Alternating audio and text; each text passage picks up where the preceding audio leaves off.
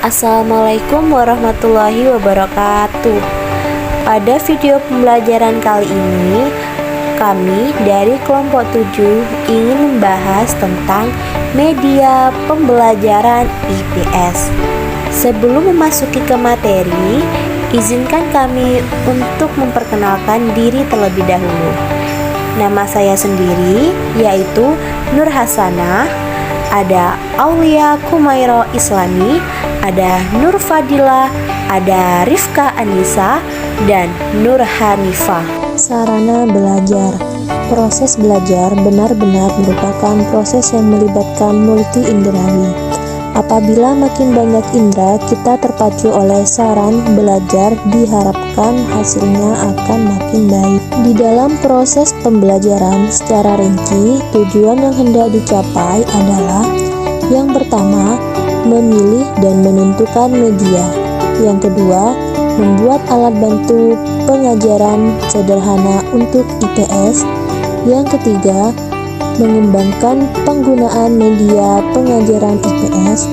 Dan yang terakhir yaitu menggunakan media pengajaran IPS. Di dalam sarana belajar memiliki beberapa tujuan mengajar. Salah satunya yaitu mengajar bertujuan supaya siswa dapat belajar sebaik-baiknya. Guru perlu mengenal dengan baik berbagai macam media pengajaran, masing-masing dengan kekuatan dan kelemahannya sendiri. Kita mengenal bahwa masing-masing media hanya efektif untuk tujuan tertentu. Hal ini mengesankan bahwa pembahasan tentang media sangat penting bagi guru. Media sebagai alat bantu pengajaran mempunyai kedudukan penting dalam pelajaran. Guru harus pandai dan terampil memilih dan menggunakannya. Kita mengetahui media pembelajaran itu banyak ragamnya. Guru perlu mengenal media pengajaran baik supaya dapat memilih dengan tepat. Kriteria tepat tidaknya diukur dengan kecocokan dengan tujuan pengajaran. Seperti telah disinggung di atas, belajar mengakibatkan alat indera yang perlu pacuan secukupnya. Dengan menggunakan alat bantu indera yang terpacu, bukan hanya pendengaran tetapi mungkin sekaligus penglihatan dan lain-lainnya.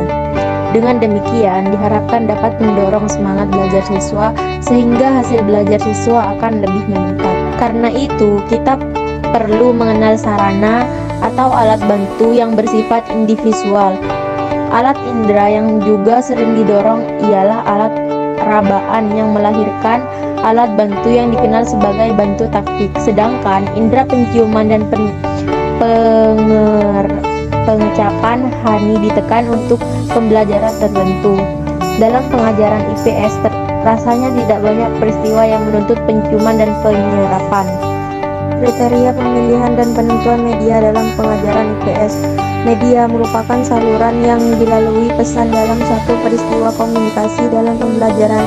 Media memegang peranan sebagai alat yang diharapkan dapat mendorong belajar lebih efektif, seperti diungkapkan bahwa jika hanya kata-kata belakang yang dijadikan sebagai sarana pengumpulan pesan tidak dapat diharapkan untuk memperoleh hasil yang optimal. Sarana untuk membantu pengajaran. A. Media komunikasi bahasa, ialah bahasa lisan dan bahasa tulis. B. Media komunikasi verbal, ialah seperti gambar, diagram, dan sebagainya. Pembagian media menurut perkembangannya adalah sebagai berikut. A.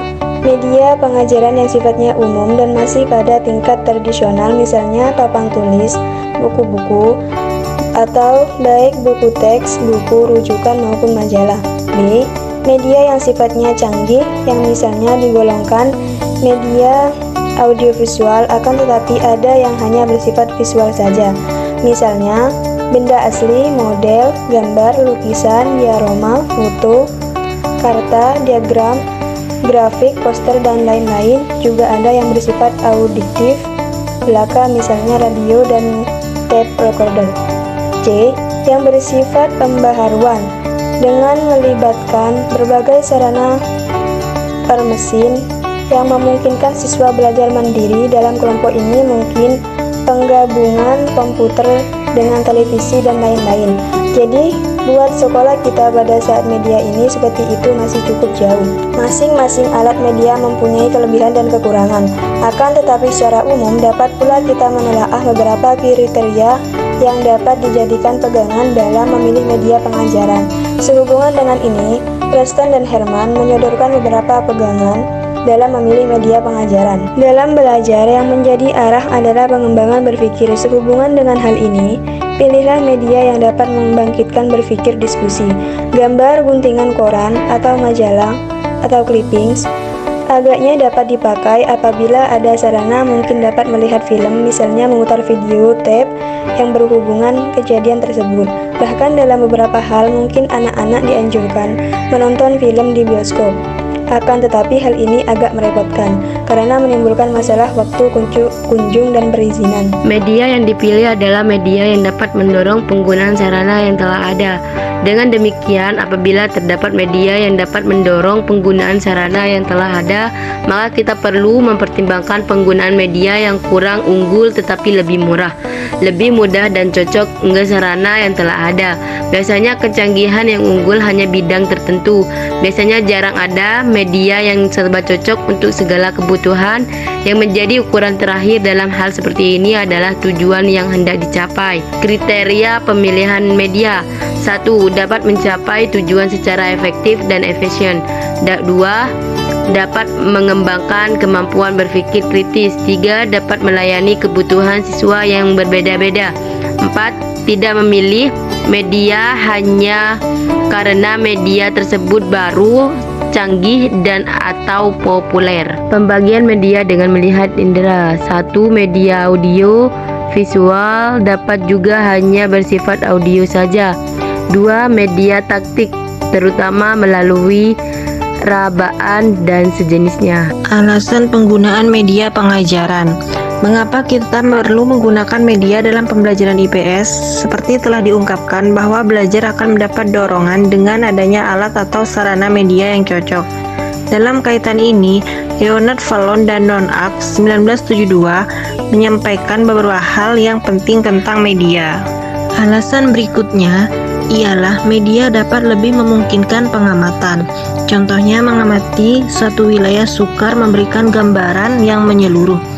Hal ini karena wilayah tersebut terlalu luas untuk dapat diamati langsung. Akan tetapi dengan menggunakan peta kita dapat memperoleh gambaran keseluruhan tentang wilayah yang diteliti. Terima kasih telah menonton video pembelajaran kali ini. Kurang lebihnya mohon maaf. Wassalamualaikum.